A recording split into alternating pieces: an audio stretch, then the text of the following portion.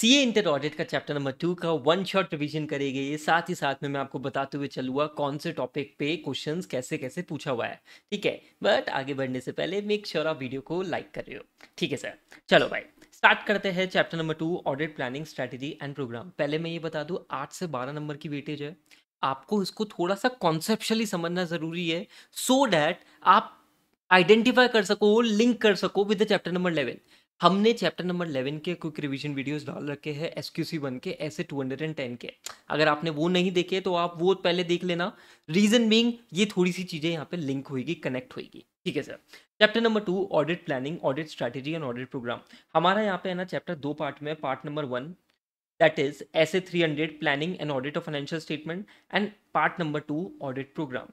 पहले अपन पार्ट 1 का डिस्कशन करेंगे। ऐसे 300 नाम याद रखने की जरूरत नहीं है, बस ठीक है, प्लानिंग से रिलेटेड है, ये बात को ध्यान में रख के चलना। सर फोकस करो। सर प्लानिंग, ये बहुत बड़ा डिस्कशन अपना चलेगा। सर प्लानिंग, प्लानिंग से रिलेटेड मैंने दो बाइफिकेशन करी है। Preliminary engagement activities and second है आपका प्लानिंग एक्टिविटीज। सर ये जो प्लानिंग एक्टिविटीज है ये नया टॉपिक है। Preliminary engagement activities chapter number 11 का ही रिपीटेटिव पार्ट है, ठीक है सर? आपकी प्रीलिमिनरी एंगेजमेंट एक्टिविटीज में तीन चीजें हैं। Establishing understanding of terms of engagement ऐसे 210, acceptance and continuance of client relationship SQC 1 में टेकअप हुआ था। Compliance with ethical requirement plus independence SQC 1 में टेकअप हुआ था, बट यहाँ पे एक क्वेश्चन इंस्टीट्यूट पूछता है, मैं बताता हूँ। देन प्लानिंग एक्टिविटीज में तो बहुत सारी बातें अपन करेंगे ही करेंगे, पर पहले ये चीज़ समझो कि सर ऐसे 300 प्लानिंग प्लानिंग से रिलेटेड हमें दो चीज़ें विजुलाइज हुई। सर प्रीलिमिनरी एंगेजमेंट एक्टिविटीज जो ऑलरेडी पढ़ के आए हो and planning activities. Preliminary engagement activities focusing on the ऐसे 210 20 एसक्यूसी 1। ओके सर, मैं तुम्हें एक सिचुएशन देता हूँ कि तुम है ना proposed auditor of Reliance limited के। तुम कैसे प्रोसीड करोगे? सर मतलब ऑडिटर, प्रपोज्ड ऑडिटर हो, तुम्हें ऑडिट मिलने वाली है, तो कैसे तुम प्रोसीड करोगे ये माइंड में लेके चलना। तो मैंने कहा सबसे पहले तो एक काम करो, चैप्टर नंबर 11 को थोड़ा सा याद करो। प्लानिंग एक्टिविटीज में सबसे पहले हमने बात करी प्रीलिमिनरी एंगेजमेंट एक्टिविटीज की। हाँ सर, तो क्या होता है सर, ऐसा ही नहीं है कि सीधे ऑडिट स्टार्ट हो जाती है ना। ऑडिट स्टार्ट करने से पहले आप एसक्यूसी 1 ऐसे 220 ऐसे 210 का डिस्कशन करोगे। सुनो ना सर, एंगेजमेंट एक्टिविटीज से पहले की एक्टिविटी प्रीलिमिनरी एंगेजमेंट एक्टिविटीज। पहले आप सबसे पहले देखोगे performing procedure regarding the continuance of relationship. मेरी बात को सुनो ना, आपको क्लाइंट को एक्सेप्ट करना है, कंटिन्यू करना है, उसके लिए क्या करते थे? एसक्यूसी 1 क्या बोलता था? सर वाइटल इन्फॉर्मेशन ऑब्टेन करते क्लाइंट की और इवेल्युएट करते three things. ICC, integrity of the client, competence of engagement team and compliance with ethical requirement. ठीक है सर, एसक्यूसी 1 में हमने इसके 3 क्वेश्चन भी करे थे। इंटीग्रिटी ऑफ क्लाइंट का डिटेल डिस्कशन करा था, तो क्या ये चीज़ें लिंक हो गई? हाँ सर। सेकंड सर, आप क्या करो, आप है ना ऐसे 210 के बेसिस पे एंगेजमेंट लेटर की टर्म्स को करवा लो clear. Establishing understanding of the terms of engagement, ये बेटा याद करने की जरूरत नहीं है, ऑलरेडी आप ये पढ़ के आए हो। Establishing understanding of the terms of engagement, sir ऐसे 210 बोलता है कि sir engagement letter should be in writing to avoid any confusion between the auditor and the client. And sir ये ऑडिटर एंगेजमेंट लेटर क्लाइंट को भेजता है, client उसको sign करके भेज देता है। सर यही बातें यहाँ पे भी लिखी हुई है। But third point is very important. Third point का थोड़ा सा आंसर है ना पूछेगा इंस्टीट्यूट, तो आपको लिखने में थोड़ी सी दिक्कत हो सकती है, इसलिए लैंग्वेज पे फोकस करना।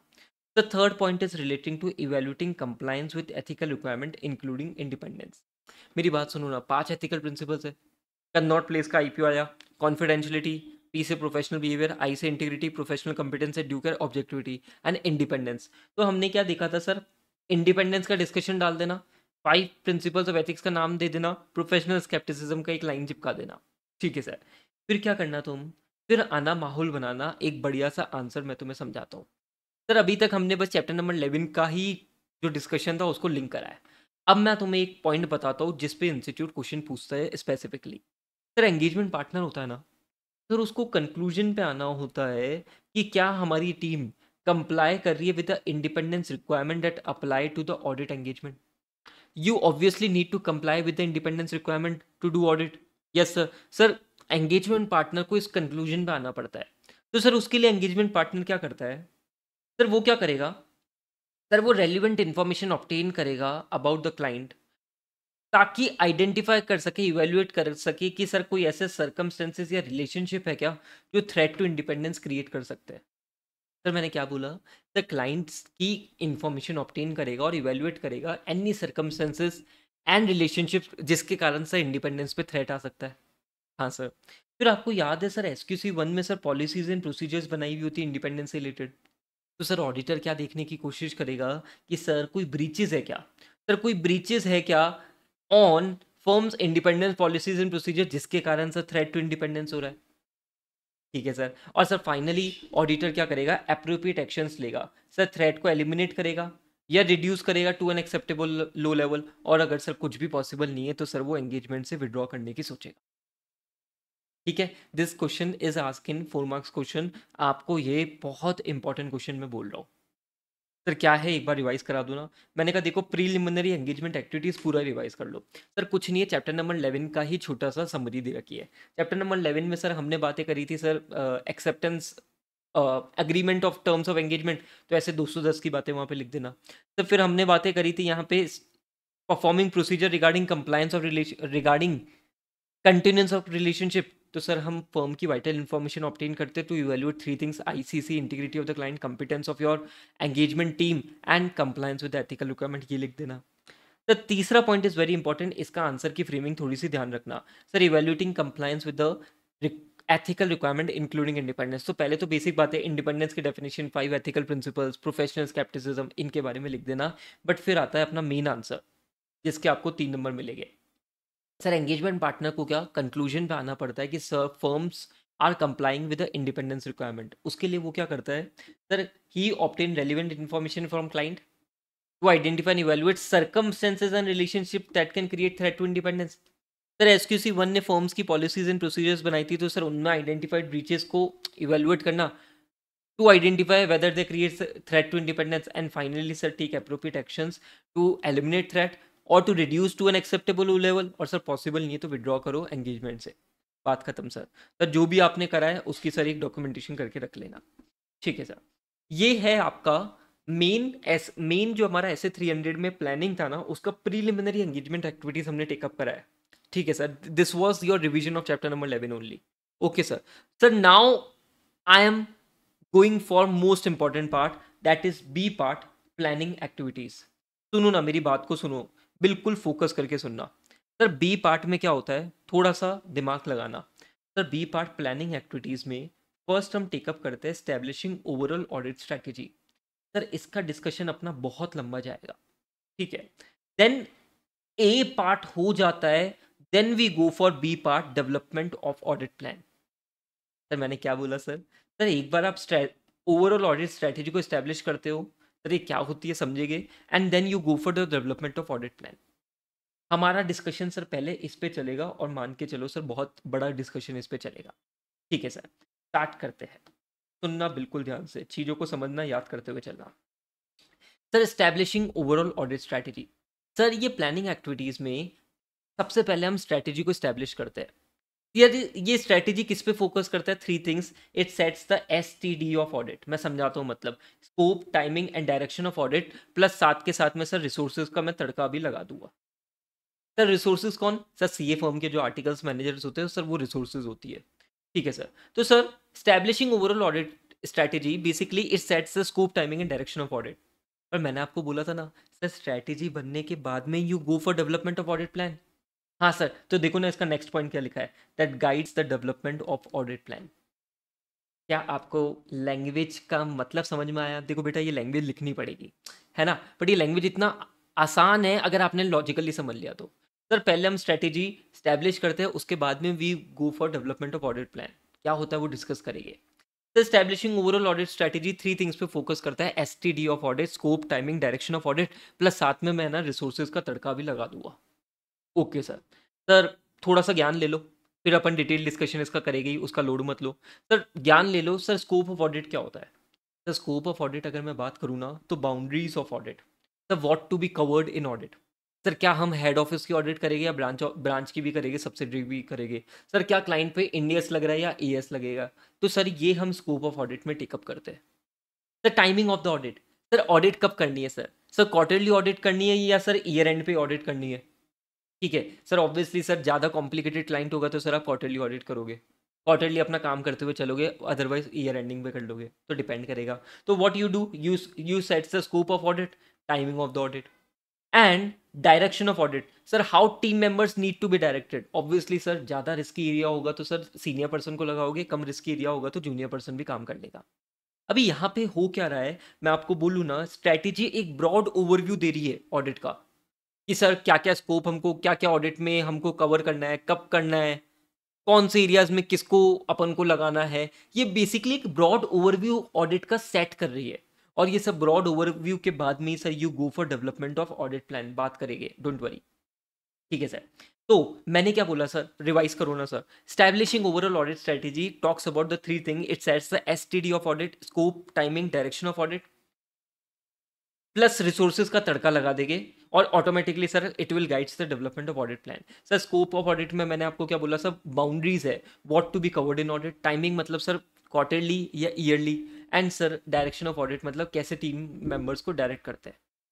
ठीक है, क्या क्या ये बातें आपको समझ में आती है? हाँ सर, देखो लिंक होएगा मज़ेदार तरीके से। अभी मैंने तुम्हें बोला ना रिसोर्सेज का तड़का, सर आपकी बाउंड्री सेट हो गई ना ऑडिट की, बेसिकली आपका ब्रॉड ओवरव्यू सेट हो गया ना ऑडिट का, तो सर रिसोर्सेज का मैनेज करना बड़ा इजी हो जाता है। सर रिसोर्सेज कौन, सी ए फॉर्म की रिसोर्सेज कौन होती है सर, आर्टिकल्स होते हैं, सीनियर आर्टिकल्स होते हैं सर, मैनेजर हो गया, सीनियर मैनेजर हो गया, हाँ सर, है ना। तो एक क्वेश्चन आपके एग्जाम में आता है कि sir process of establishing overall audit strategy helps in marshalling audit team या मार्शलिंग रिसोर्सेज।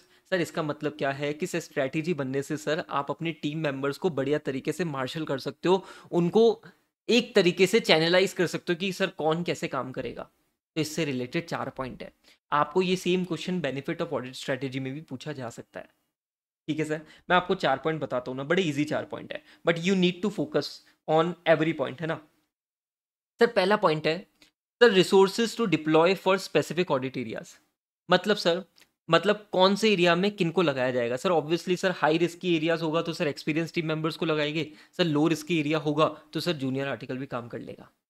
हाँ sir, then amount of resources to allocate to specific audit areas. For example suppose करो मैं बोलता हूँ related parties a significant risky area, तो वहां पे sir ऐसा होगा कि सर आर्टिकल के साथ में सर मैनेजर भी प्रॉपर तरीके से वहां पे काम कर रहा होगा बिकॉज ऑफ द रिस्क। तो sir amount of resources to allocate to specific audit areas, sir sales के लिए सर 4 आर्टिकल को बोल दिया भाई 4 आर्टिकल तुम ये सेल्स का काम करोगे। ठीक है क्या सर, क्या ये बात आपको समझ में आती है? हाँ, then when resources are to be deployed, sir interim dates पे या सर ईयर एंडिंग मतलब कट ऑफ डेट्स 31/3 के बाद वाली डेट पे। ठीक है सर, एंड फोर्थ पॉइंट है सर इन रिसोर्सेज को सर मैनेज डायरेक्ट सुपरवाइज कैसे करेंगे। मतलब sir obviously sir junior article को सीनियर आर्टिकल शायद गाइड करेगा, रिव्यू ले लेगा, सीनियर आर्टिकल का मैनेजर ले लेगा, मैनेजर का सीनियर मैनेजर ले लेगा, सीनियर मैनेजर का पार्टनर ले लेगा, है ना। इनकी टीम ब्रीफिंग कब होगी, ठीक है, कैसे इनको गाइड करेगी, कैसे इनके काम को चेक करेगी। सर ऑडिट स्ट्रेटेजी एक बार ये पूरा हेल्प करती है। How such resources are manage direct supervise, when team briefing and debriefing are expected to be held, how partner and manager review to take place, engagement quality control reviewer कैसे अपना काम करेगा। EQCR mandatory होता है, listed entity में appoint होना, discussion करके आए अपन। ठीक है, लिंक मैं डिस्क्रिप्शन में डाल दूँ, उसको देख लेना। Done sir. सर तो ये अपन ने अभी तक क्या पढ़ा सर, ऑडिट स्ट्रैटेजी स्टैब्लिश करता है सर, सेट्स करता है 3 थिंग्स, एसटीडी प्लस रिसोर्सेज का तड़का। हाँ sir, and automatically it guides the development of audit plan. Sir benefits of audit strategy है marshalling, establishing overall audit strategy helps in marshalling team resources. कैसे sir, resources to deploy for specific audit areas. Sir amount of resources to allocate for specific audit areas, आप इसको elaborate करके आओ ना exam में। Then third, when these resources to be applied for example interim और cut off dates, and sir resources को कैसे sir manage supervise direct करेंगे। For example briefing, team briefing कब होगी, कब पार्टनर रिव्यू होगा, कब मैनेजर रिव्यू होगा, कब EQCR का रिव्यू होगा, ये सारी बातें। क्या ये बात आपको समझ में आती है? हाँ सर, अब मैं तुम्हें बोल रहा हूँ ना सर एसटीडी प्लस रिसोर्सेज का तड़का। अब यहाँ पे एसटीडी प्लस रिसोर्सेज के तड़के का डिस्कशन अपना और आगे बढ़ेगा। मतलब आप समझो sir, everything is linked in chapter number 2। अगर आप लिंक करके नहीं समझ रहे हो, मतलब मैं वन शॉट में भी अगर आपको लिंक करके नहीं बता रहा हूँ ना, तो मेरे को सेटिस्फेक्शन नहीं मिलेगा। ट्राई टू अंडरस्टैंड, है ना। वीडियो को लाइक कर दो, इसी बात पे जल्दी से लाइक कर दो। हाँ तो चलो sir, factors to be taken for establishing overall audit strategy, focus STD plus resources का तड़के को ही अपन डिटेल में टेकअप करेंगे, दैट्स इट। उनके बहुत सारे एग्जांपल्स टेकअप करेंगे। अब यहाँ पे ये टॉपिक में क्या है भाई, ये टॉपिक है ना इंस्टीट्यूट का फेवरेट टॉपिक है ही। मतलब लास्ट 4 अटेम्प्ट से 3 अटेम्प्ट में ये क्वेश्चन इंस्टीट्यूट ने पूछा है। और सर मैं आपको बता दूं, क्वेश्चन इसके क्या सब पॉइंट्स है, ये अपन टॉपिक पढ़ेंगे ना, इसके 5 सब पॉइंट्स है।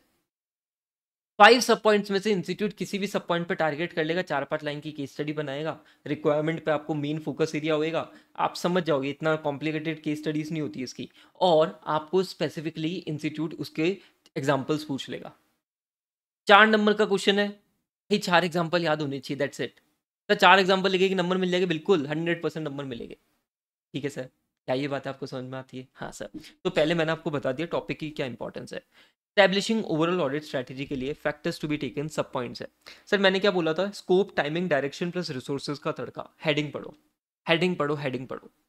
Sir identify characteristic of the engagement. Sir engagement के कैरेक्टरिस्टिक को समझो ताकि आपका स्कोप ऑफ ऑडिट डिफाइन हो सके, मतलब आपकी बाउंड्री सेट हो सके। तो सर सिंपल है ना सर, मैंने क्या बोला था, स्कोप से रिलेटेड पॉइंट होगा, तो सर आपने क्या कैरेक्टरिस्टिक ऑफ एंगेजमेंट को समझा, that defined it's scope. Sir simple. Sir client का सर एप्लीकेबल एफआरएफ कौन सा है?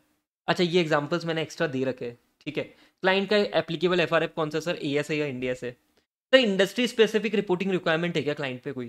फॉर एग्जांपल जैसे बैंक ऑडिट होती है तो long form audit report statutory auditor देता है, तो ऑडिटर को क्या बाउंड्री सेट हो गई, हाँ भाई यार मेरे को ये करना है, मेरे को एएस के हिसाब से ऑडिट करनी है, मेरे को इंडिया के हिसाब से ऑडिट करनी है। The nature of business segment to be audited including the need for specialize knowledge, कि भाई क्या क्या कौन कौन से बिजनेस सेगमेंट्स की मैं ऑडिट करूँगा क्लाइंट की। एंड फोर्थ पॉइंट है सर, क्या पिछले बार का ऑडिट एविडेंस मेरा यूज हो सकता है क्या, expected use of audit evidence obtained in the previous audit. ठीक है, तो सर 4 पॉइंट है, 4 पॉइंट बहुत लॉजिकल वे में समझोगे तो याद भी हो जाएंगे। सुनो ना, what you need to do, focus on the heading, identify the characteristic of the engagement, क्योंकि characteristic of the engagement identify करोगे तो that will define your scope. Sir what are the characteristic of the engagement, क्या sir client पे sir applicable FRF कौन सा, AS है India से? The industry specific reporting requirement है ना, एलएफएआर की रिपोर्टिंग होती है बैंकों में। द थर्ड पॉइंट है nature of the business segment to be audited including the need for specialize knowledge. And fourth point है सर ऑडिट एविडेंस का जो प्रीवियस ऑडिट में जो आपने ऑब्टेन करा था, क्या सर उसका यूज हो सकता है। ठीक है सर। सेकेंड पॉइंट की हेडिंग पे फोकस करो प्लीज। टाइमिंग से रिलेटेड कुछ पॉइंट है, रिपोर्टिंग से रिलेटेड कुछ पॉइंट है। आप क्या करो सर, सर आप है ना एंगेजमेंट का रिपोर्टिंग ऑब्जेक्टिव को असर्टेन करो, मतलब कि सामने वाली एंटिटी को कब तक अपने फाइनेंशियल स्टेटमेंट ऑडिटेड करा के रेडी रखने हैं, है ना, to plan the timing of the audit and the nature of the communication required. Sir nature of communication required क्या पॉइंट है सर, ये टाइमिंग ऑफ द ऑडिट क्या पॉइंट है, आपको एग्जाम्पल से समझ में आएगा। सुनो ना मेरी बात को, यहाँ पे आपको 5 पॉइंट थे। Last attempt this question was ask in your exam and this was given in most expected question, this is a very high priority question कि आपको एग्जाम में आएगा ही आएगा, और आ गया, किस्मत है भाई, किस्मत है। ठीक है, चलो ना, तो आपको ये 5 पॉइंट याद होने चाहिए। इंस्टीट्यूट ने 4 नंबर का क्वेश्चन पूछा था, आई एक्सपेक्ट कि 4 नंबर अगर आपने 4 मार्क्स लिखे होंगे तो आपको पूरे मिल गए होंगे, पर 4 marks 4 point should be very correct, उसमें कोई इफ एंड बट नहीं होना चाहिए। ठीक है सर, तो सर क्या पॉइंट्स है, ascertain reporting objective of the engagement, मैं आपको याद करवा देता हूँ।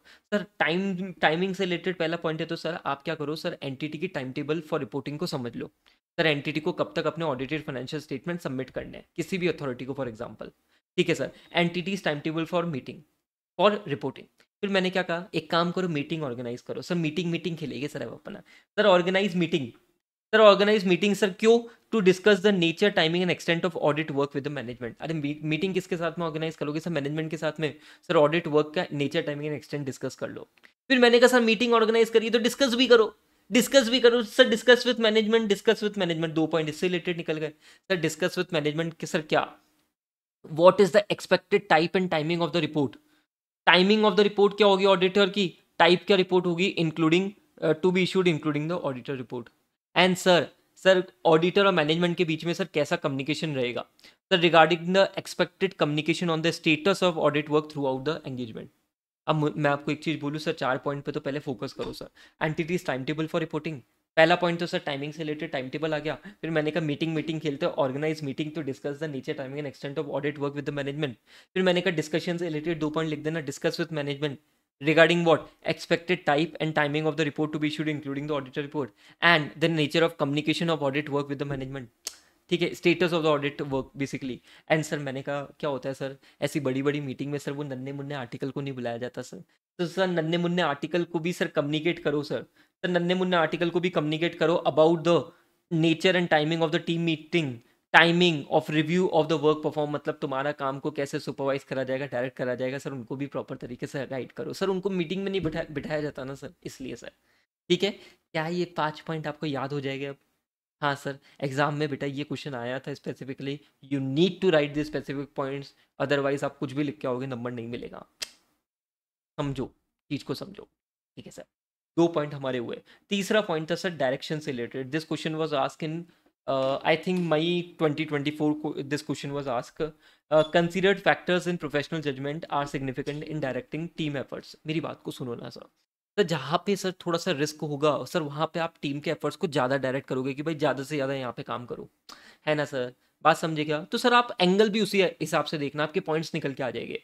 सर एग्जांपल्स क्या है सर? सिग्निफिकेंट इंडस्ट्री डेवलपमेंट हुआ है, सपोज करो there is a change in industry regulation या न्यू रिपोर्टिंग रिक्वायरमेंट आ गई है। ठीक है sir. Sir significant changes in FRF, for example client पे एएस की जगह इंडियस एप्लीकेबल हो गया, तो ऑब्वियसली सर टीम का एफर्ट ज़्यादा डायरेक्ट होगा। The other significant recent developments such as changes in legal environment affecting entity, for example gaming industry में निर्मला ताई हमारी जीएसटी के नॉर्म्स को चेंज कर दी, जिसके कारण सर गोइंग कंसर्न के इश्यूज क्रिएट हो गए थे बहुत सारी एंटिटीज में।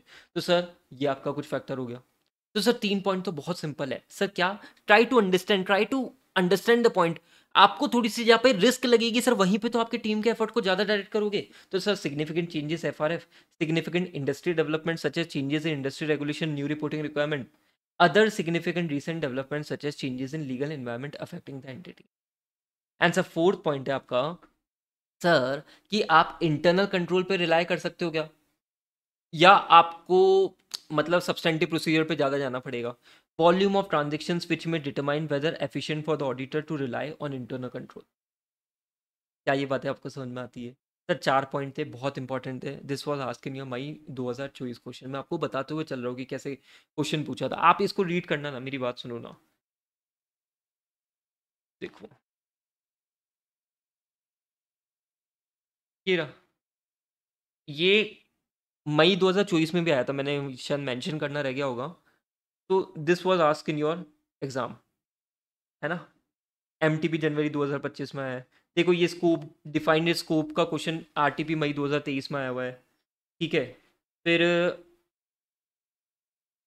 This question this question was asked in May 2025, simple sober question institute ने पूछा था। ठीक है, elaborate whether the whether those cases by which the auditor can ascertain the reporting objective of the engagement. क्या ये बात आपको समझ में आती है? हाँ सर। सर तो हमने 3 पॉइंट तो बहुत अच्छे से कर लिए। अब आओ नेक्स्ट, रिसोर्सेज का तड़का। मैंने बोला था ना एसटीडी प्लस रिसोर्सेज का तड़का लगा देना। Sir ascertain the nature, timing and extent of resources necessary to perform the engagement. मैं सिंपल बोलता हूँ ना, कोई इशू ही नहीं है सर।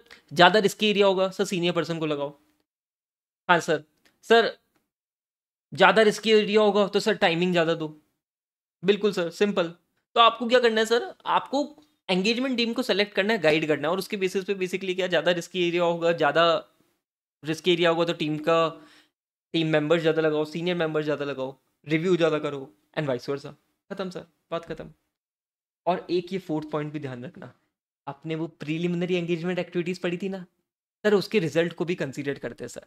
सर उसके रिजल्ट को भी कंसीडर करते हैं, और साथ के साथ में सर एंगेजमेंट पार्टनर का सर कोई प्रीवियस ऑडिट की नॉलेज है तो सर उसको भी कंसीडर करते हैं। सर यहाँ पे फालतू के पॉइंट्स दे रखे हैं, जैसे इनको रीड करके चलना कि सर आपने इंटरनल कंट्रोल की ऑपरेटिंग इफेक्टिवनेस को देखा होगा, तो सर क्या प्रीवियस ऑडिट के सर रिजल्ट को यूज़ कर सकते हैं क्या इंटरनल कंट्रोल की, जो उन्होंने टेस्टिंग वेस्टिंग करी थी, या वापस टेस्टिंग करनी है इंटरनल कंट्रोल्स की? ठीक है, तो result of previous audit that involve evaluating operating effectiveness of internal control, और साथ में सर कोई डेफिशिएंसी मिली तो कम्युनिकेट करी तो सर उस पर क्या एक्शन हुआ। एंड सर प्रोफेशनल स्केप्टिसिज्म का पॉइंट एक लिख के आ जाना है यहाँ पे। Auditor should guide their team members to maintain professional scepticism to have a questioning mind. क्या ये बात आपको समझ में आती है क्या? कॉन्सेप्ट समझा क्या sir? Sir this is your very important discussion of establishing overall audit strategy. And मेरे प्यारे दोस्तों, प्लीज लिंक, सर एक बार स्ट्रेटेजी स्टैब्लिश हो जाती ना, S T D plus resources का तड़का, हाँ sir, that guides the development of audit plan. And now we are going for second part, development of audit plan. एक बार मेरे साथ में चार्ट को फर्स्ट पेज पे देखो आप। What we have done, sir हमने ऐसे 300 प्लानिंग का स्टार्ट करा, जहाँ पे सब प्रीलिमिनरी एंगेजमेंट एक्टिविटीज टेकअप करा, 3 पॉइंट टेकअप करे थे, जिसमें सर ये पार्ट की लैंग्वेज थोड़ी सी इंपॉर्टेंट थी। Then we focus on the planning activities, जहाँ पे सर हमने स्टैब्लिशिंग ओवरऑल ऑडिट स्ट्रेटेजी पढ़ा, जहाँ पे सर फैक्टर्स भी बड़े इंपॉर्टेंट थे, सर मार्शलिंग ऑडिट रिसोर्सेज का पॉइंट भी बड़ा इंपॉर्टेंट था। तो इस पे तो कोई सा भी इंस्टीट्यूट क्वेश्चन टारगेट कर सकता है। एक बार आपका ये हो गया, then you go for the development of audit plan, and अब हम यही डिस्कस करेंगे। ठीक है, आई होप बेटा आपको risk assessment procedure, further audit procedure का मतलब समझ में आता है। ठीक है, अगर नहीं मतलब समझ में आता, मैं बेटा डिस्क्रिप्शन पे लिंक डाल दूंगा। ठीक है, वो एक वीडियो देख लेना। वन शॉट है, वन शॉट में मैं सब कुछ नहीं करा सकता। Try to understand, this is my inherent limitation. तो development of audit plan, sir what is development of audit plan? Basically क्या होता है सर? सर आपको सर इस ये प्लानिंग करता है सर कि मेरे को रिस्क असेसमेंट प्रोसीजर कौन से लगाने हैं, सर मेरे को फर्दर ऑडिट प्रोसीजर कौन से लगाने हैं, सर मेरे को अदर ऑडिट प्रोसीजर कोई और लगाने हैं तो सर कौन से लगाने हैं, सर ये प्रोसीजर्स बेसिकली कब लगते हैं, ये सारा इनका डिस्कशन इसमें होता है। तो सर ये कब होगा? Sir please read the first point, once audit strategy is establish. Sir मैं इतना फोकस करके क्यों बता रहा हूँ? क्योंकि 2 नंबर का एमसीक्यू यहाँ पे हिट हुआ है ना? तो once audit strategy is establish, audit plan can be develop to address various matter identified in overall audit strategy. जो ऑडिट स्ट्रेटेजी में मैटर्स आपको आइडेंटिफाई हुए थे, उसके बेसिस पे सर आप डेवलपमेंट ऑफ ऑडिट प्लान पे जाओ ना। सर क्लाइंट की नॉलेज, एक बेसिक पॉइंट दे रखा है कि सर क्लाइंट की बिजनेस नॉलेज लेना बहुत जरूरी काम है, उसके बिना सर आप डेवलपमेंट ऑफ ऑडिट प्लान पे जा ही नहीं सकते। ठीक है सर, अभी सुनो ना सर, ये बहुत इंपॉर्टेंट है। सर ऐसे 300 क्या करता है सर? एक डिस्क्रिप्शन देता है sir about what? Sir nature, timing and extent of planned RAP, further audit procedure and other audit procedure. आप इनको 3 पॉइंट बना के भी लिख सकते हो sir, nature, timing and extent of planned RAP, nature, timing and extent of planned FAP, nature, timing and extent of planned other audit procedure. ठीक है क्या सर? बात समझ में आती है क्या sir? Risk assessment procedure talks about identification of identify and assess room, और सर फर्दर ऑडिट प्रोसीजर्स का रिस्पॉन्ड करता है। ठीक है सर, अभी सुनो ना सर, मैंने इन्हीं nature, timing and direction, nature, timing and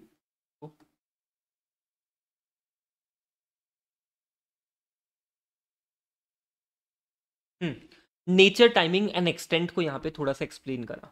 sir nature का मतलब क्या है sir? What type of audit procedure to be performed, like inquiry, inspection, external procedure etcetera. Sir timing मतलब when to be performed, cut off dates या sir quarterly करते हुए चले।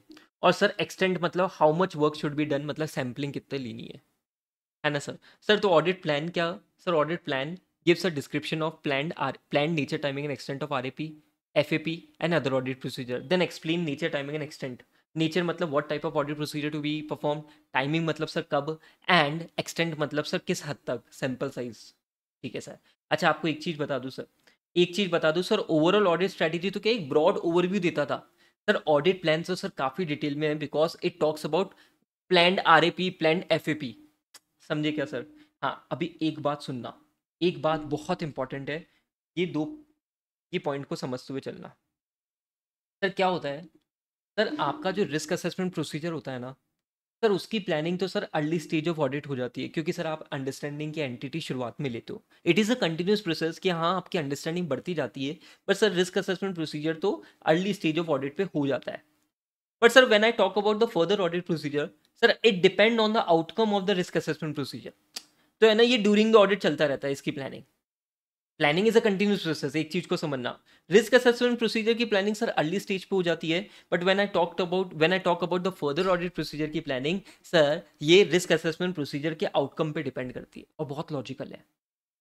समझे क्या सर? क्या ये बात है आपको समझ में आती है? हाँ सर।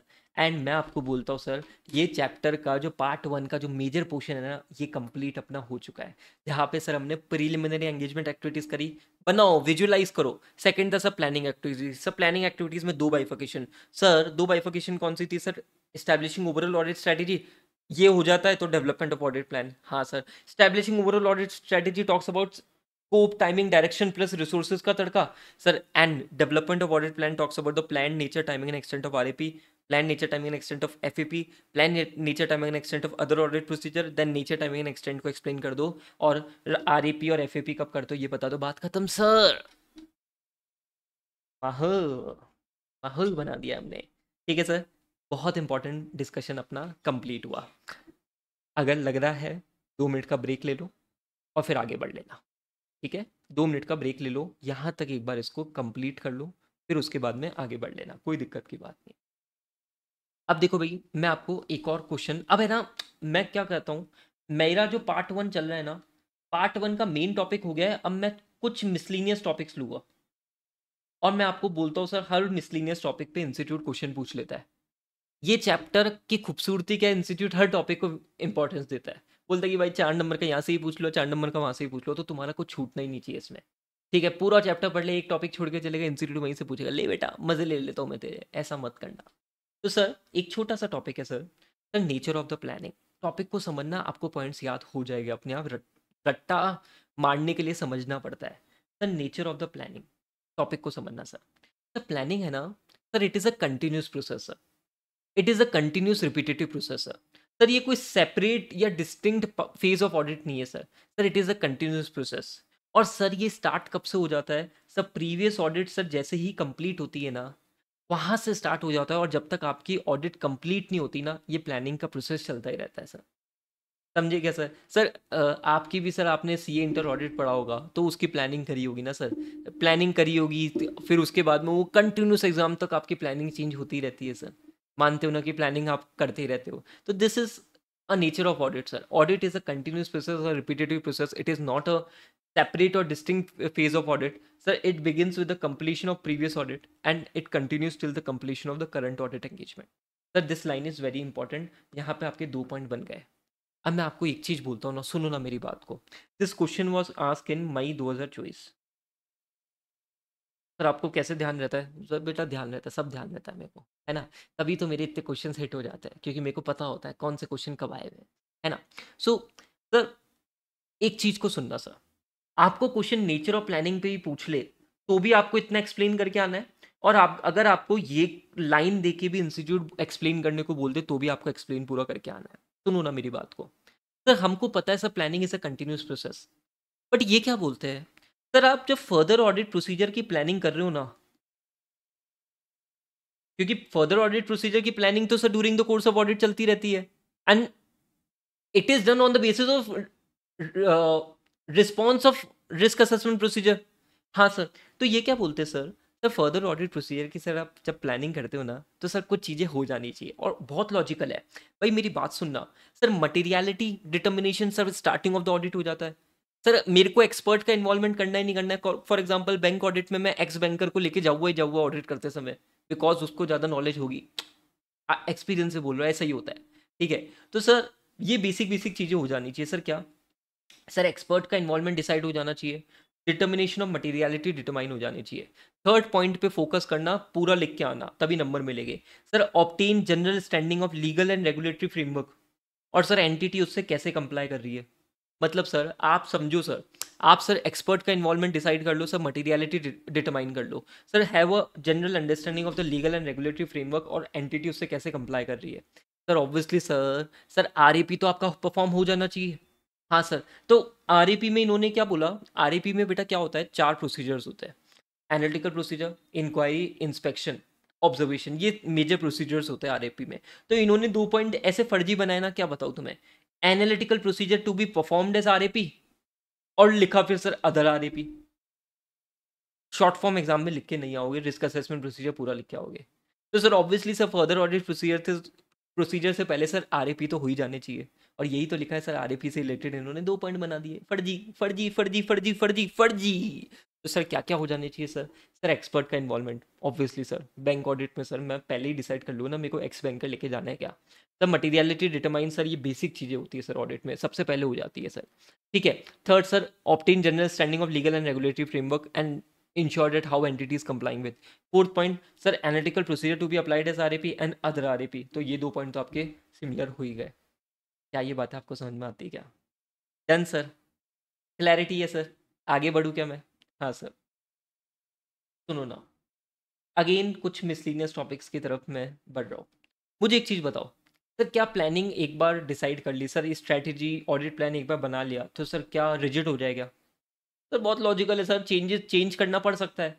हाँ, तो change in audit plan and audit strategy is very basic thing. अगर नेसेसरी आप चेंज करो ना, हाँ सर, बिल्कुल सर, चेंज करो, उसके हिसाब से अपना काम करते हुए चलो।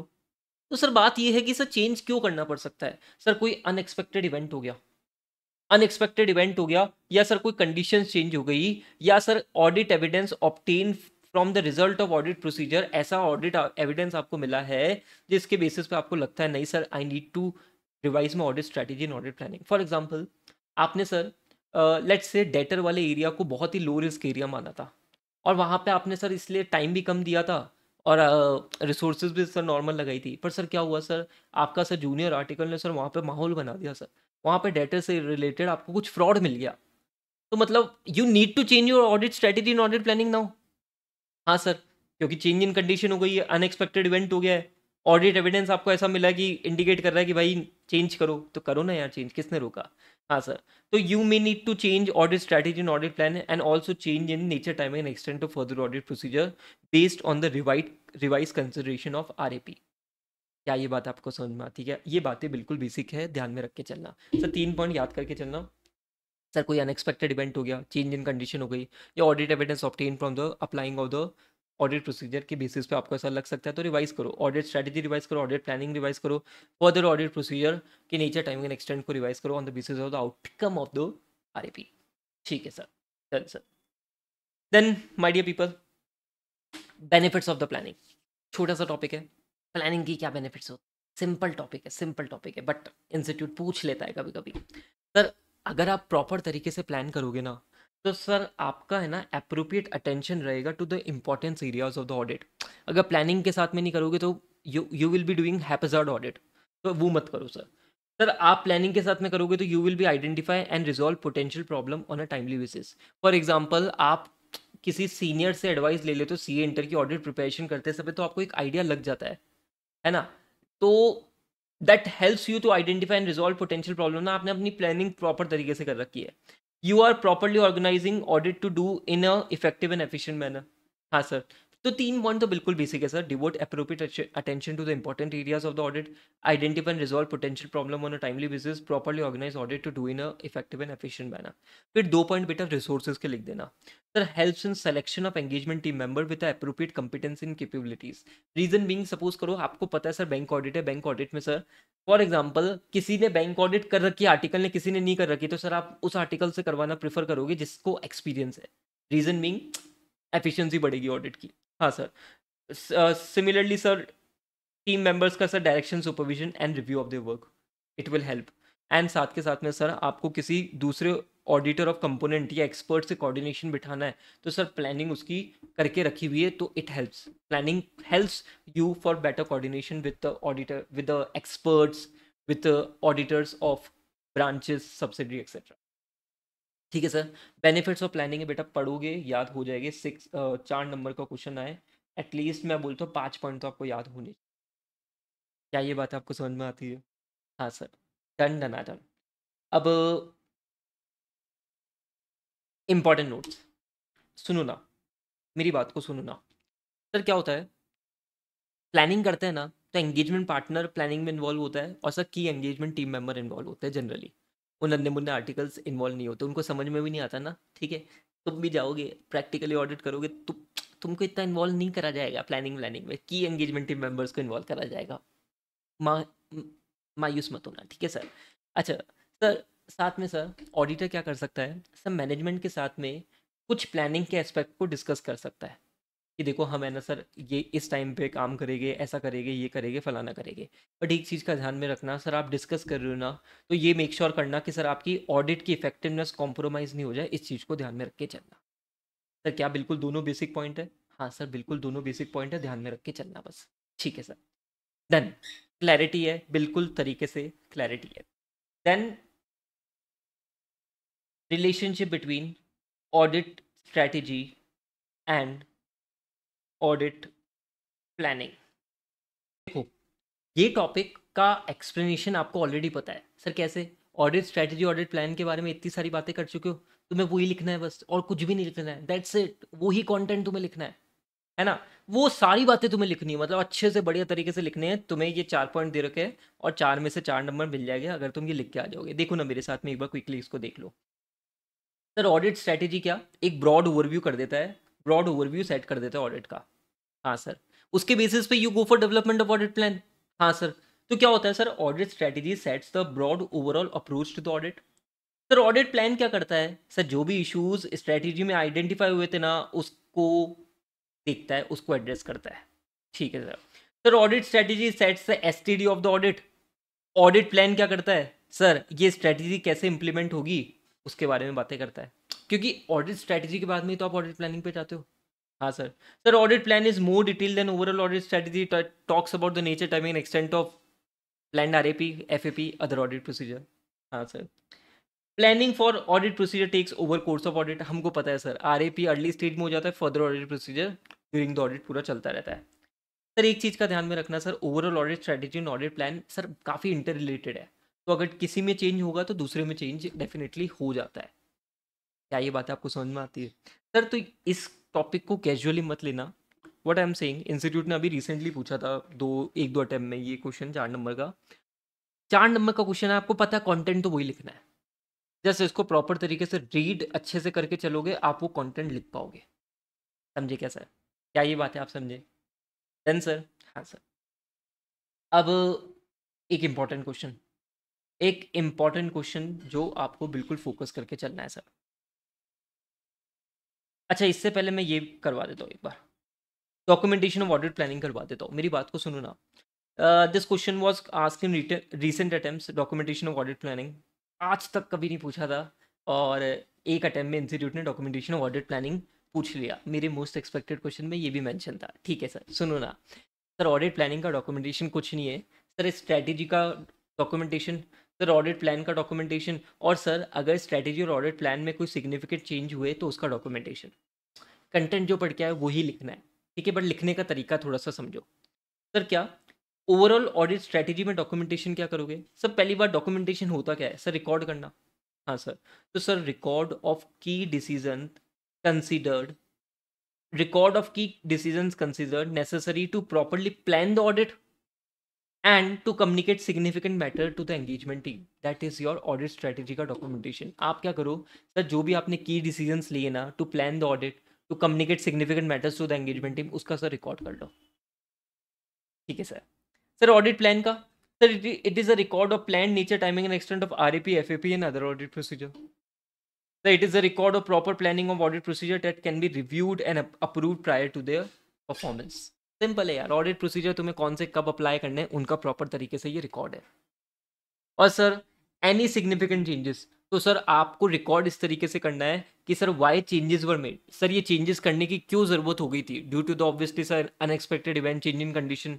हाँ सर। तो सर आपको एक्सप्लेन करते हुए करना है रिकॉर्ड कि सर ये चेंजेस क्यों मेड हुए, और उसके बाद में एप्रोप्रिएट रिस्पॉन्स जो आपने करा ना वो उसमें आपके डॉक्यूमेंटेशन में रिकॉर्ड हो जाए। ठीक है, डॉक्यूमेंटेशन आपका वो रिफ्लेक्ट कर दे। That is your basic topic. तो sir documentation audit planning very basic topic, whatever you have studied just write the important word record.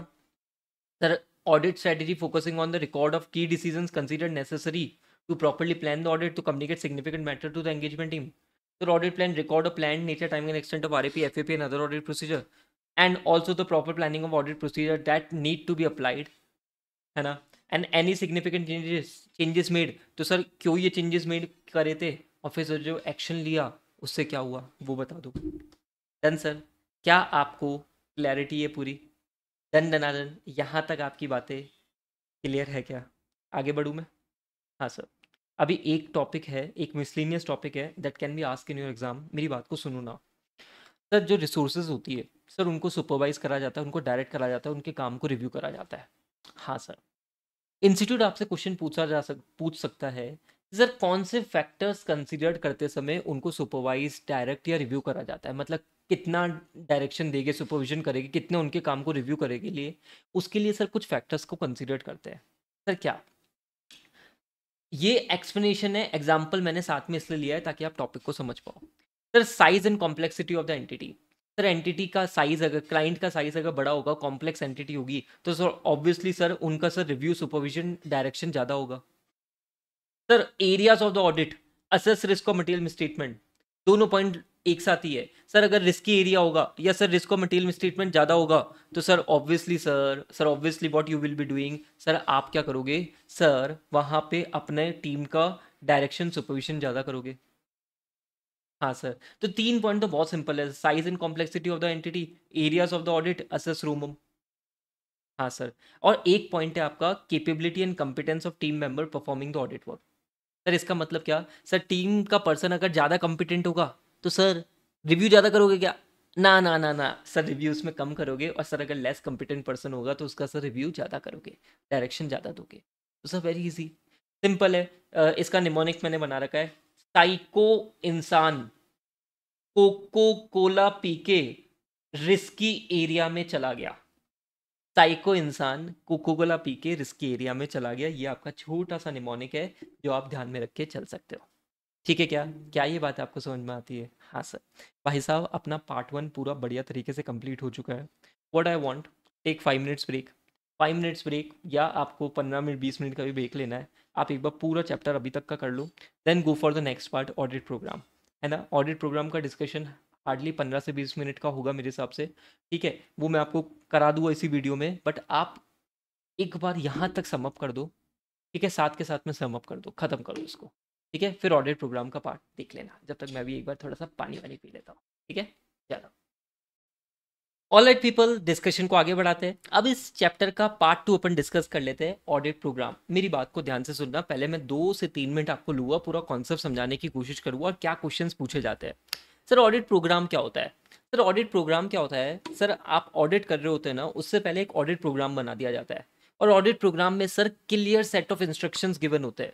For example sales है, सेल्स का आपको एग्जिस्टेंस वेरीफाई करना है सर, सेल्स का आपको measurement verify करना है, तो हर चीज़ से रिलेटेड सर आपको प्रोसीजर लिख दिए जाते हैं। ठीक है सर, अब बात क्या होगी sir, given set of procedures already लिखे हुए होंगे, तो सर ऑडिट ऐसे कोई हैपेजार्ड मैनर में नहीं होगी, प्रॉपर प्लान तरीके से होगी। और क्या होता है सर, हर पर्सन, हर चेकलिस्ट के आगे लिख दिया जाता है कि सर ये पर्सन काम करेगा, इसका रिव्यू ये करेगा।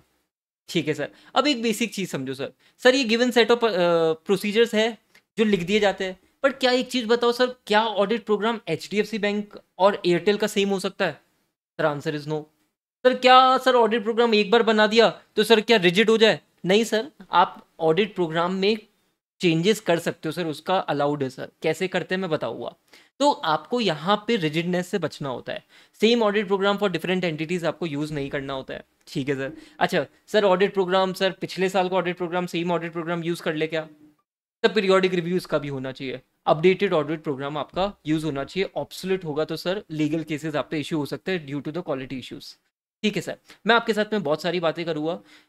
आपको एग्जाम में केस स्टडी दी जाएगी और फिर पूछा जाएगा कि सर क्या अप्रोच सही है क्या, तो वहां पे आप आंसर तो कर दोगे, एक बार में पकड़ में आ जाता है बच्चे को कि सर ये अप्रोच गलत है इनकी, बट उसके साथ में आपको रीजंस भी लिखने होते हैं ना, वो कंटेंट ही अपन फोकस करके पढ़ेंगे। ठीक है सर। पार्ट 2 ऑडिट प्रोग्राम, सुनो ना सर, ऑडिट प्रोग्राम क्या होता है sir, detail plan of applying audit procedure to achieve audit objective. और यहाँ पे सर ऑडिट प्रोसीजर के साथ में clear set of instructions given होते हैं। फॉर एग्जांपल सेल्स है, सो सेल्स का सर एक्यूरेसी के लिए, मेजरमेंट के लिए बेसिकली आपको कुछ प्रोसीजर्स दे दिए। ठीक है सर। अब यहाँ पे सर असिस्टेंट है ना, आर्टिकल असिस्टेंट, भाई साहब ओपन माइंडेड रखना, मतलब अपना दिमाग खुला रखना, अपना दिमाग चलाते रहना। सर क्या, ऑडिटर भाई सबसे पहले तो मैं ना क्या करूँ सर, क्लाइंट के बिजनेस को, उसके nature size and composition of business को अंडरस्टैंड करो। ठीक है सर। सर उसके इंटरनल कंट्रोल को अंडरस्टैंड करो, बहुत इंपॉर्टेंट है, ऑडिट प्रोग्राम फॉर्मुलेट होता ही तब है जब इंटरनल कंट्रोल्स को आप अंडरस्टैंड कर लेते हो। साथ के साथ में sir given scope of work को आप अंडरस्टैंड कर लो। सर क्लाइंट के बिजनेस को, nature size and composition of the business, internal control, given scope of work को आप अंडरस्टैंड करो। उसके बेसिस पे सर आप एक स्टैंडर्ड ऑडिट प्रोग्राम बना दो। सर स्टैंडर्ड ऑडिट प्रोग्राम क्या होता है सर, एक मिनिमम ऑडिट प्रोसीजर जो ऑडिट कैरी करेगा। पर इसका ये मतलब नहीं है कि सर ऑडिट प्रोग्राम जो बना दिया उसमें चेंजेस नहीं कर सकते। सर फॉर एग्जांपल ऑडिटर को ऐसा लगता है कि सर कोई अननेसेसरी ऑडिट प्रोसीजर ऐड हो रखा है जिसकी ज़रूरत नहीं है, सर उसको वो डिलीट कर सकता है, डिस्कार्ड कर सकता है, सर अलाउड है। सर कोई ऑडिट प्रोग्राम में, ऑडिट प्रोसीजर में ऑडिटर को कुछ चेंज करना है तो सर वो टेलर्ड कर सकता है as per the required need, sir allowed है। पर बेसिक बात क्या सर, सर ये जो स्टैंडर्ड ऑडिट प्रोग्राम आप बनाओगे सर, वो कब बनाओगे, जब आपको एंटिटी की अंडरस्टैंडिंग होगी, उसके इन्वायरमेंट की अंडरस्टैंडिंग होगी, गिवन सेट ऑफ वर्क क्या है, इंटरनल कंट्रोल की अंडरस्टैंडिंग होगी, तो ही आप ये चीज़ें कर सकते हो। समझ में आई क्या बात? समझ में आया ये कॉन्सेप्ट समझना। अच्छा एक चीज़ को समझना ना, असिस्टेंट को मोटिवेट करा जाता है, असिस्टेंट को मोटिवेट करा जाता है कि वो अपने जो भी सीनियर पर्सन है उनको जो भी मैटर्स मिल रहे हैं उनको वो कम्युनिकेट करते हुए चले। डन सर, क्या ये बेसिक बात आपको समझ में आती है? हाँ सर।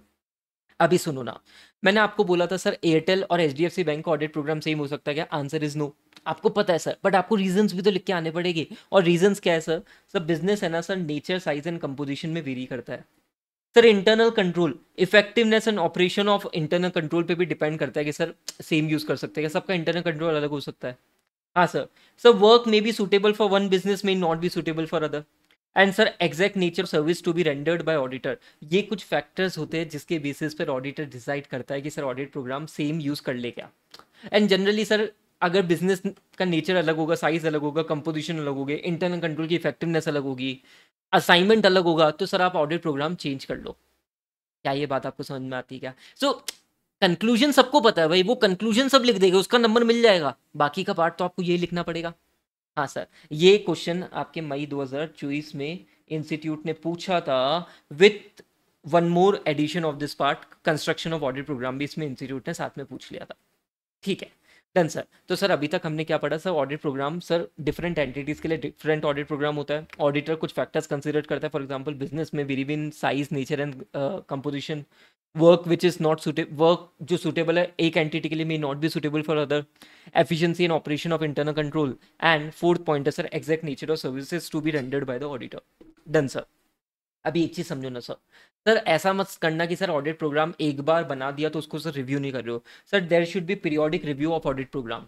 सर वरना क्या होगा, आप ऑब्सोल्यूट ऑडिट प्रोग्राम पे काम करोगे और सर आपको लीगल इश्यूज भी फेस करने पड़ सकते हैं। रीजन बीइंग सर बिजनेस में कोई चेंज हुआ है और आप उसको अपडेट ही नहीं कर रहे हो, ऑडिट प्रोग्राम को अपडेट ही नहीं कर रहे हो, you are doing a audit on the basis of obsolete audit program and there can be a legal consequences of this. ठीक है सर।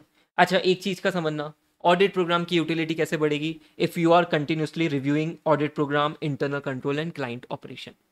क्या आपको ये बेसिक बातें समझ में आती है? क्या ये कॉन्सेप्ट समझ में आता है क्या? हाँ सर। तो आपसे क्वेश्चन में पूछा जाएगा कि सर पीरियोडिक रिव्यू करने की जरूरत है क्या? एक जना बोल रहा है नहीं करने की जरूरत है, तो आप क्या बोलोगे? भाई साहब तू गलत बोल रहा है, गलत बोल रहा है, और ये एक्सप्लेनेशन आप बेसिक लिख के आओगे। समझे क्या? हाँ सर। देन एक और छोटा सा टॉपिक, ऑडिट प्रोग्राम का कंस्ट्रक्शन कैसे होता है? सुनो ना, ऑडिट प्रोग्राम का कंस्ट्रक्शन करते समय बहुत बेसिक बेसिक चीजों का ध्यान रखना। This was asked in May 2024 question. 7 points आपके दे रखे हैं, एटलीस्ट बेटा 5 पॉइंट्स को याद बिल्कुल रखना, 7 में से 5 पॉइंट बिल्कुल याद रखना, बहुत ईजी है। सर ऑडिट प्रोग्राम का कंस्ट्रक्शन क्या है? Simple sir, you should prepare written audit program. ये रिटर्न ऑडिट प्रोग्राम होता है सर, ये ओरल नहीं होता पहली चीज, और ये sir written audit program given set of instructions को प्रॉपर तरीके से लिखता है उसमें। हाँ सर। अब कहानी चलेगी ऑडिट प्रोसीजर रेलिवेंट अप्लाई करना टू अचीव देयर ऑब्जेक्टिव। हाँ सर, तो सर वही चीजें लिखी हुई होगी, apply only relevant audit procedure. मतलब ऐसा नहीं है सर ऑडिट प्रोग्राम में आपको ऑडिट प्रोसीजर मेंशन करने तो जगत के सारे ऑडिट प्रोसीजर मेंशन कर दो, नहीं। Give relevant audit procedure as per the relevant objective you need to achieve.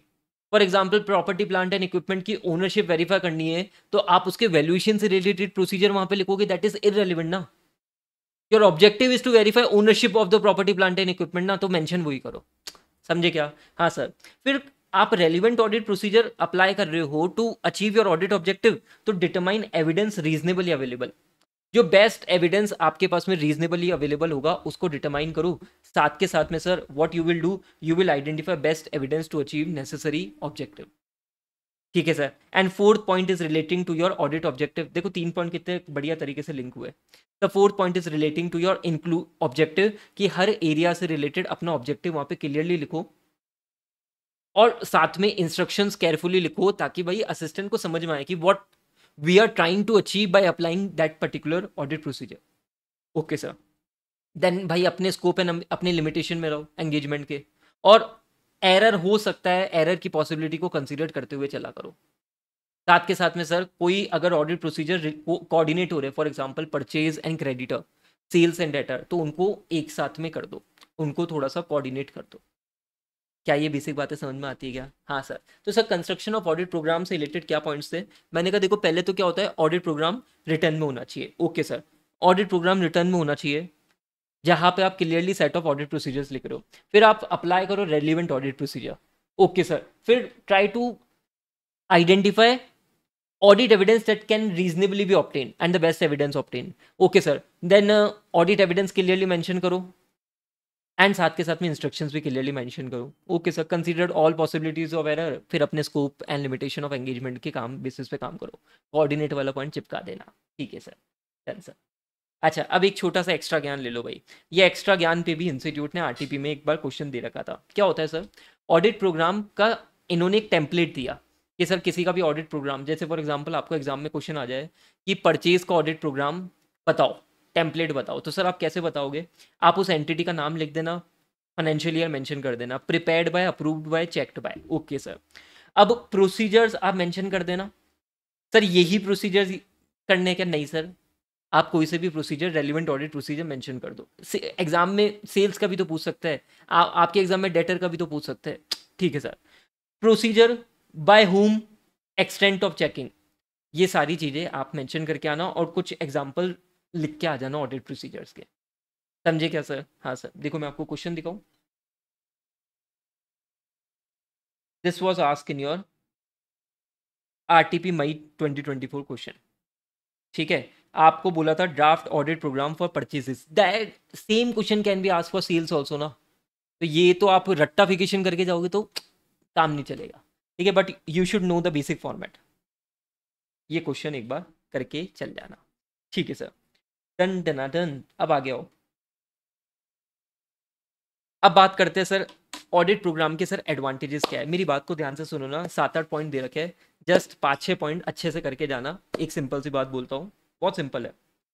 देखो सर, सर अगर आप ऑडिट प्रोग्राम बना के रखोगे ना, तो sir clear set of instruction sir article assistant को दिया जाएगा कि भाई तुझे क्या क्या काम करना है, कैसे काम करना है। और सर एक सबसे इंपॉर्टेंट बात, क्या हर एरिया से रिलेटेड ऑडिट प्रोसीजर पता है, तो total perspective of the audit work के बारे में बिल्कुल आइडिया लग जाएगा। हाँ सर, अभी एक चीज समझो ना सर, sir engagement partner will be in a good position to review all the work. हाँ sir. Sir principal can control progress of various audit in hand. साथ के साथ में सर वो बढ़िया असिस्टेंट को सेलेक्ट कर सकता है कि सर कौन सा असिस्टेंट ये काम सही से कर सकता है। Okay sir. अच्छा एक चीज बताऊँ ना, अगर ऑडिट प्रोग्राम नहीं होगा ना, अगर प्रॉपर तरीके से ऑडिट प्रोग्राम नहीं होगा ना, तो your audit plan will be a mental plan. आप सही से काम कर ही नहीं रहो, it will be a haphazard audit. And sir एक और छोटी सी चीज़ बताता हूँ, ऑडिट प्रोग्राम में क्या होता है सर, जो भी काम कर रहा होता है ना वो अपना साइन कर रहा होता है, तो सर साइन कर रहा है तो सर उस पर रिस्पॉन्सिबिलिटी आ गई ना। हाँ सर, डन सर। एंड पिछले साल का ऑडिट प्रोग्राम आपको गाइड कर देता है for next year. Obviously you need to do a periodic review, वो कोई दिक्कत की बात नहीं है सर। Done sir. तो एडवांटेजेस ऑफ ऑडिट प्रोग्राम, ये छोटा सा टॉपिक था। व्हाट आई एम सजेस्टिंग, आप इसको 3-4 बार रीड करोगे ना, आपको हो जाएगा ये पॉइंट्स याद। कुछ भी नहीं है, कुछ भी ये पॉइंट्स नहीं है। एडवांटेजेस ऑफ ऑडिट प्रोग्राम बहुत बेसिक टॉपिक है। ठीक है सर। देन बात करते हैं डिसएडवांटेजेस ऑफ ऑडिट प्रोग्राम। भाई ये क्वेश्चन मेरे को लगता है एग्जाम में आ सकता है। सर ऑडिट प्रोग्राम के डिसएडवांटेजेस क्या है, और सर ये डिसएडवांटेजेस कैसे एलिमिनेट हो गए, ये एक क्लबिंग करके क्वेश्चन आ सकता है। मैं आपको क्या बोलता हूँ सर, ऑडिट प्रोग्राम के डिसएडवांटेज क्या है, पहले तो ये समझते हैं सर। क्या होगा सर, एक होगा इनएफिशिएंट स्टाफ। इनएफिशिएंट स्टाफ जिसमें सर काम करने की इच्छा ही नहीं है, वो क्या कहेगा, वो थोड़ा सा है ना ऑडिट प्रोग्राम के पीछे छुपा रहेगा। सर देखो ऑडिट प्रोग्राम ने ये बोला था, मैंने तो कर लिया, मैं क्या करूं सर, अपना दिमाग नहीं लगाएगा। और आपको पता है सर दिमाग लगाना पड़ता है, ऑडिट प्रोसीजर जो रेलिवेंट नहीं होता उसको डिलीट करना होता है, ऑडिट प्रोसीजर को टेलर्ड करना पड़ता है एज पर द नीड। ऊपर अभी पढ़ के आए हो, assistant you need to be keep an open mind. पर ये जो इनएफिशिएंट असिस्टेंट होगा ना, ठीक है, ये सर नालायक होगा सर ये बिल्कुल नालायक होगा सर, ये शेल्टर ले लेगा behind the audit program. Sir मैं क्या करूं, इसने बोला था। ठीक है सर। सर जो बढ़िया एफिशिएंट स्टाफ होगा ना सर, उसका एटीट्यूड है ना किल हो जाएगा सर। सर क्यों सर, अरे क्योंकि सब कुछ तो लिखा है, सब कुछ तो लिखा है, वो सोचना ही बंद हो गया, उसका उसका दिमाग ही चलना बंद हो गया, स्पून फीडिंग हो गई उसको एक तरीके से, जो मैं तुम्हें करके दे रहा हूँ। हाँ सर। तो hard and fast audit program में kill the initiative of efficient and enterprise assistant. Okay sir. And third, sir program क्या होता है, सर प्रोग्राम थोड़ा सा रिजिड हो जाता है, और प्रोग्राम रिजिड हो जाता है तो there can be a case कि ऑडिटर और ऑब्सोलीट ऑडिट प्रोग्राम पे काम कर रहा है और वर्क में बिकम मैकेनिकल। ऑडिटर ऑडिट का ऑब्जेक्टिव ही नहीं समझ रहा और काम करे जा रहा है, लिखा हुआ है हाँ करो, लिखा हुआ है चेकिंग करो, अरे समझ तो ले, समझ तो ले मेरे भाई, क्यों कर रहा है तू ये काम। क्या ये बातें आपको समझ में आती है, क्या ये बेसिक बातें आपको समझ में आती है। हाँ भाई, तो सर ये चार आपके डिसएडवांटेजेस थे। सर एक तो सर इनएफिशिएंट स्टाफ का पॉइंट लिखना कि he may take shelter behind the audit program. Sir एक एफिशिएंट स्टाफ का पॉइंट लिखना कि सर उसका एटीट्यूड किल हो जाएगा। एंड सर वर्क में बिकम मैकेनिकल, ऑडिट प्रोग्राम थोड़ा सा रिजिड भी हो सकता है। ठीक है सर, अभी मैं आपको बोलूँ सर, सर ये टॉपिक शायद आपने कभी पढ़ा भी नहीं होगा, ऑडिट प्रोग्राम के डिसएडवांटेजेस को रिमूव कैसे करा जा सकता है। आईसीएस स्टडी मटेरियल में 3 लाइनें दे रखी है लास्ट के आपके चैप्टर में, और आईसीएस स्टडी मटेरियल का एक छोटा सा क्वेश्चन भी है ये, ऑडिट प्रोग्राम के डिसएडवांटेजेस कैसे रिमूव करे जा सकते हैं। हमको पता है सर रिजिड है, मैकेनिकल है, सर ये है वो है फलाना है, अरे इनको रिमूव कैसे करोगे। तो सर इसके लिए क्या बोला सर, असिस्टेंट का सर सुपरविजन होना चाहिए sir, imaginative supervision of work carried by the assistant. मतलब सर असिस्टेंट के ऊपर जो सीनियर है वो उसके काम को रिव्यू करते रहे, सर उससे होगा क्या, चेकिंग रहेगी। साथ के साथ में पार्टनर यार प्लीज है ना, आप दादागिरी मत करो यार, तुम है ना रिसेप्टिव एटीट्यूड रखो टुवर्ड्स योर असिस्टेंट, उसको सर मोटिवेट करो कि think objectively, bring significant matter to you. उसको ऐसा करोगे ना, उसको ऐसे पुचकार के काम करवाओगे ना, अच्छे से काम कराओगे ना, तो वो काम कर लेगा। अदरवाइज वो डर डर के काम करेगा तो वो बस है ना बढ़िया तरीके से काम नहीं करेगा। तो सर डिसएडवांटेजेस कैसे रिमूव हो गए सर, उसके काम के सुपरविजन करो बढ़िया बढ़िया तरीके से। Sir have a receptive attitude towards your assistant and motivate your assistant to think objectively to bring significant matter to the whole team so that proper actions can be taken. And this complete your one shot revision of chapter number 2 in detail, very conceptual, quick revision, one short revision I have done with you. I have taken important questions with you कि कैसे कैसे institute कौन कौन से target कर सकता है। मैं आपको एक चीज़ बोल दूं भाई, चैप्टर नंबर 2 एक ऐसा चैप्टर है जहाँ पे कुछ भी इंपॉर्टेंट या नहीं इंपॉर्टेंट है ही नहीं। यहाँ पे इंस्टीट्यूट के पास में 8 से 12 नंबर का एक आइडिया रहता है, इंस्टीट्यूट कभी भी किसी से भी पूछ लेता है ना। तो भाई साहब इसको इतना अच्छे से करो कि आपका एक नंबर नहीं कट रहा है इसमें से, मैं बोल रहा हूँ एक नंबर नहीं कटना चाहिए इसमें से।